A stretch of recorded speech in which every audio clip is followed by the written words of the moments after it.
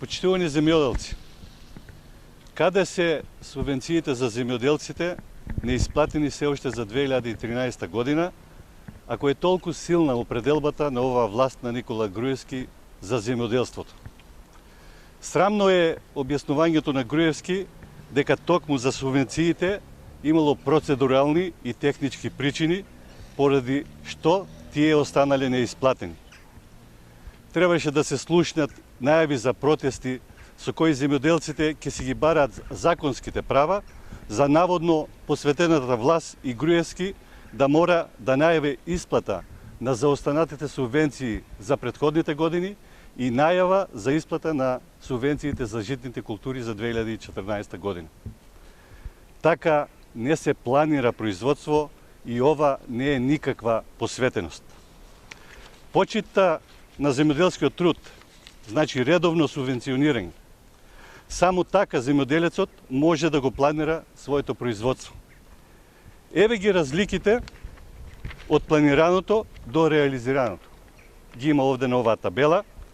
Во 2013 година земјоделците добиле 40 милиони евра помалку од тоа што било почетно планирано.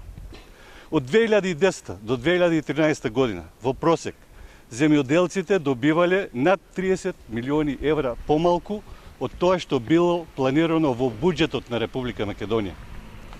Сите овие податоци стојат во завршните сметки на буџетот на Република Македонија и во службени весници на Република Македонија. Или за 4 години, од 2010 до 2013 година, до земјоделците не стигнале 140 милиони евра, или во просек 30% од парите што законски им следуваат. Така е прескокнат еден цел едногодишен земјоделски буџет.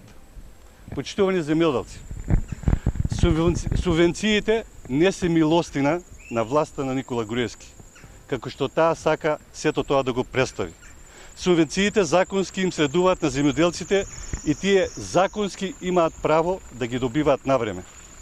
Сега Никола Груевски нека им одговори на луѓето кои по полињата го оставаат својот тежок и макотрпен труд.